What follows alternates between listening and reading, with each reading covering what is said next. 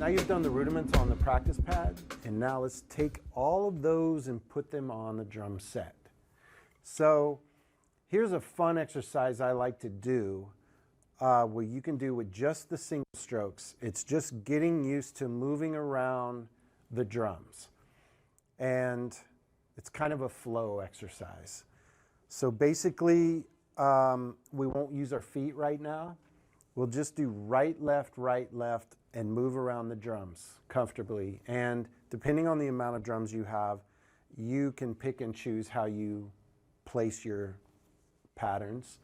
But for me, I'm just going to move around the kit, and you can do something like this.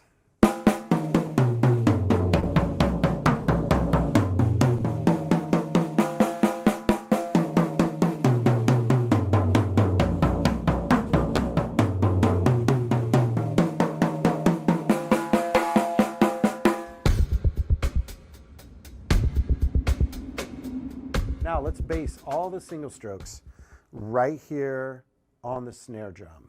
Since this is nice and centered and we don't have to do any big motions for this exercise, let's base everything right here on the snare, and we're going to move our hands from the snare to the tom. This will help you get used to moving from here to there, from here to all the different positions. You've got to train your muscles on the movement and yet keeping the movements in time with what you're playing. So let's start at a nice medium tempo, not too fast, and we'll just move single strokes around from the snare drum like this.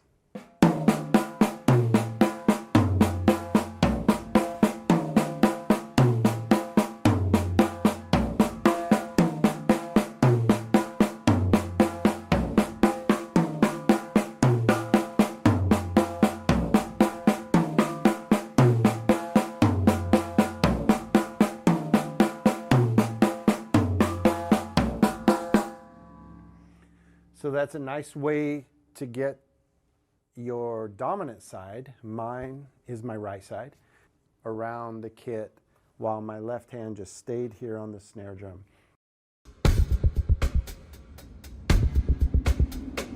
Now let's move the left hand a little bit.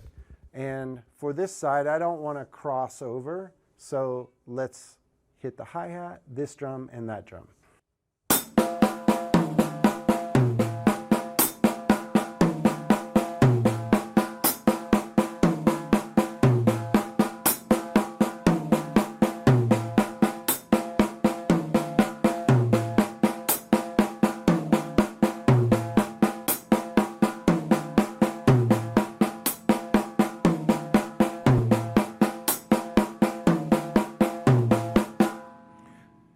So this is all about just getting used to movement and keeping a rhythm.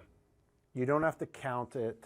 We want to keep it simple and just get the body used to the positions of the drums and being able to move without stopping the tempo or the rhythm. We want to be nice and even.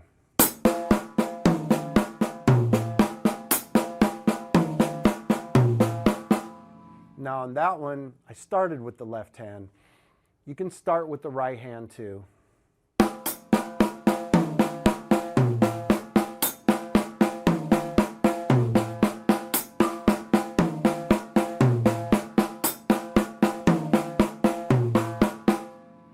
So that's a good way to start getting used to the movement around your kit. And that's using single strokes.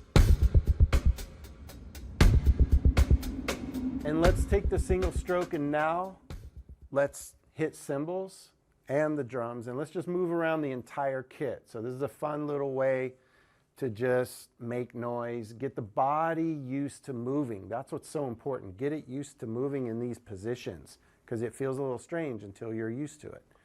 So like this.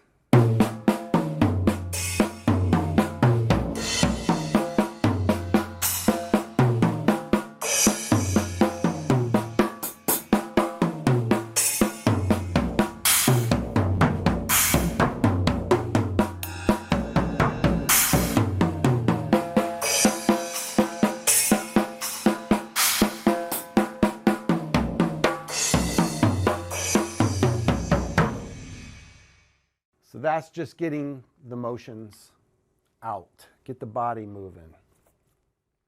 And getting used to the sounds too, what the different cymbals sound like, what the different toms and the hi-hat sounds like.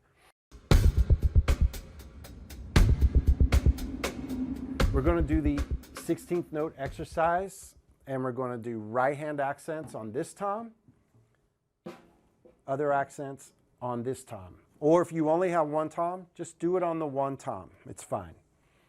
But just for ease, I'm going to put my left hand on these notes and my right hand on these notes. All right? 1E and a 2E and a 3E and a 4E and a...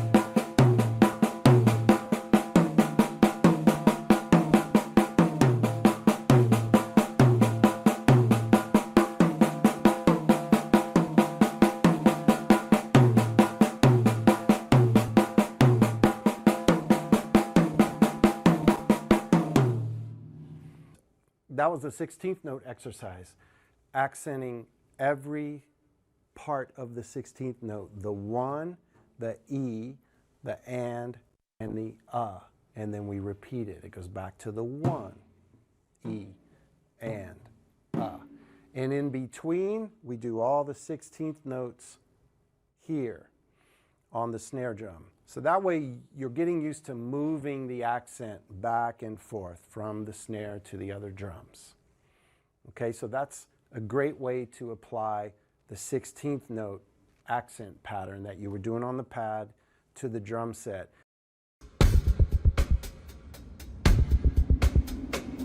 And now one more interesting one is you can move it around to different sounds on the kit, not just the toms, but you can do it on cymbals too in the hi-hat, like this. 1E and a 2E and a 3E and a 4E and a...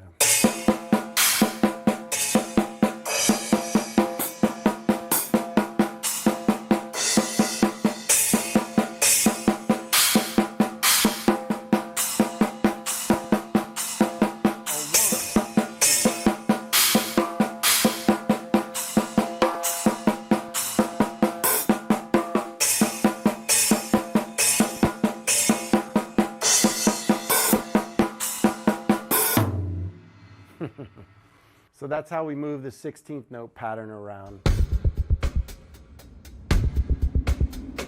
Take it to the next level. Let's keep the downbeat with the bass drum. Now you're going to hear where those accents fall and how it feels when the accents change. It sounds like this. I'll go medium tempo so you can get a feel. A 1, 2, 3, 4.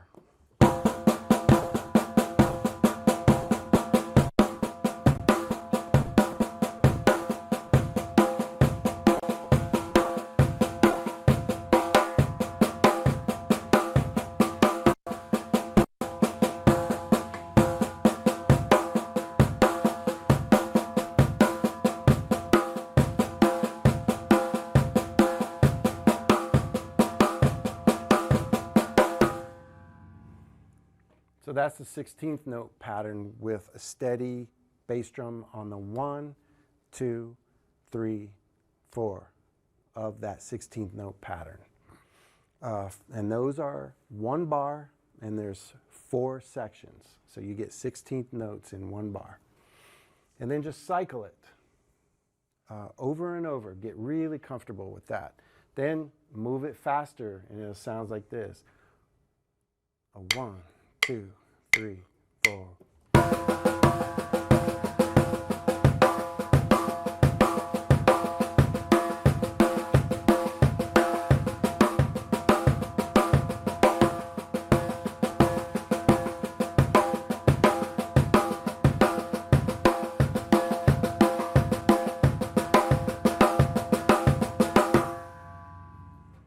So that shows you the placement of that 16th note when you have a steady rhythm.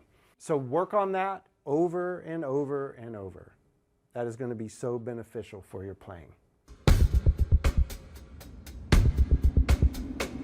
Let's talk about the double stroke and how we can incorporate it on the kit. I mainly do double strokes mostly on the hi-hat. So we were doing the rebound on a pad. Now with the hi-hat, you can get really good rebound.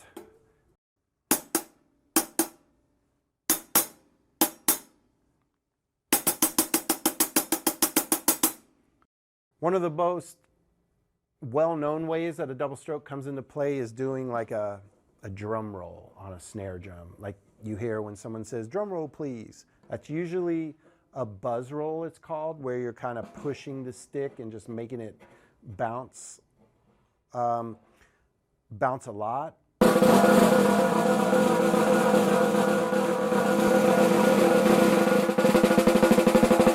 That's also double strokes here.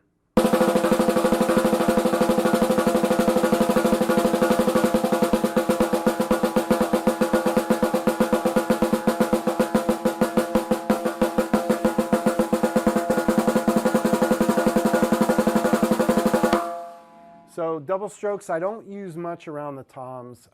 My toms aren't tuned that tight, so I don't get a good rebound. I really would have to muscle it to get 2 notes on a hand. I mainly keep the double strokes on really good bouncy surfaces like the snare drum.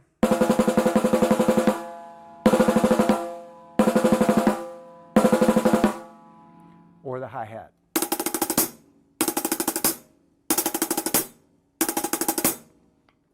So I might use it in context like this.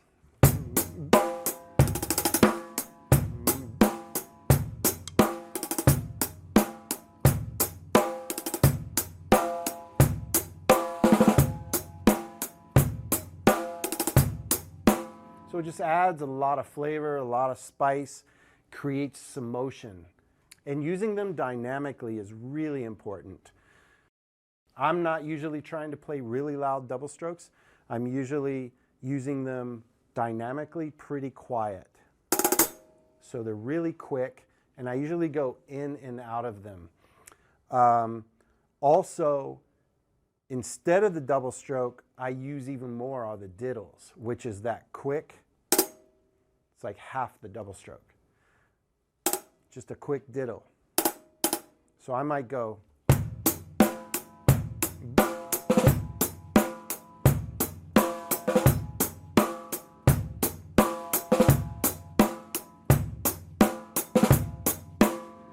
So that gives me that little bit more bounce in the groove.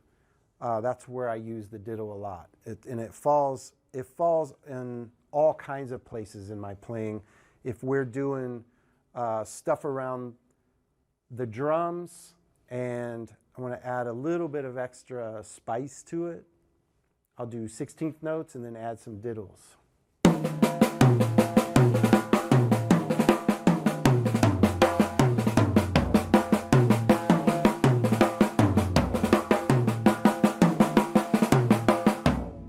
That's where that diddle comes in. The triplet is another one that's super important when moving around. And here's a great exercise for the triplet on the kit. The triplet is the 1 triplet, 2 triplet, 3 triplet, 4 triplet. So the downbeat switches hands. That's very important. So, and it sounds like this. 1 triplet, 2 triplet, 3 triplet, 4 triplet.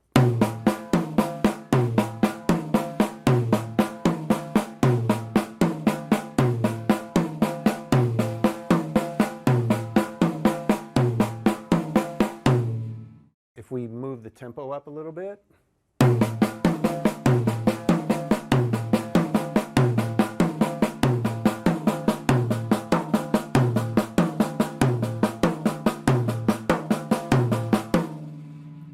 Really great exercise, and then speed up a little bit and get used to the movements.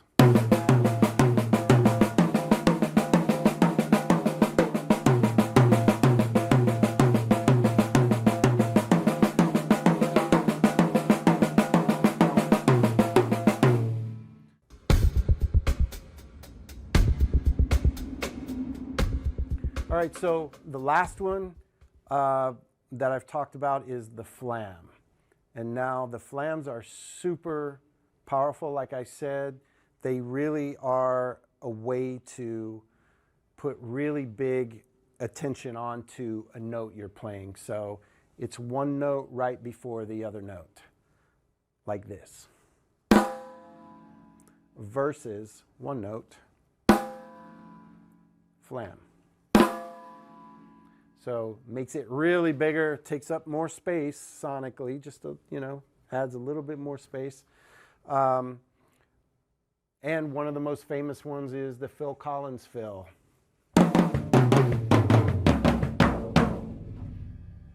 That's all flams.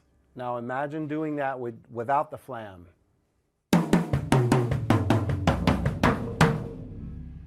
Not as cool, but with the flams, you're really making that statement with the flams. And they're super powerful. If you want to make a groove even bigger on the snare, you would do the flams. Like a...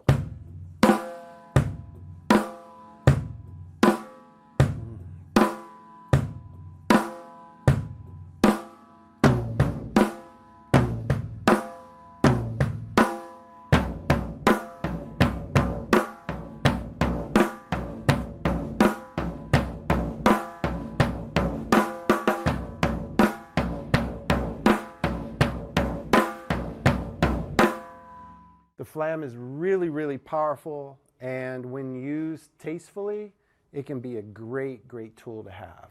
So work on moving the flam around the drums, one note soft, one note loud. Your main note is the loud one, and the flam falls right before it.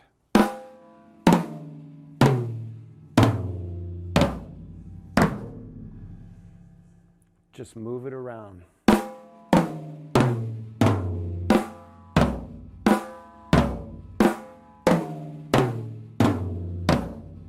And you could even do the exercise that you were working on the practice pad with, where it's right hand, left hand, right hand, left hand, and you just accent before it with the flam.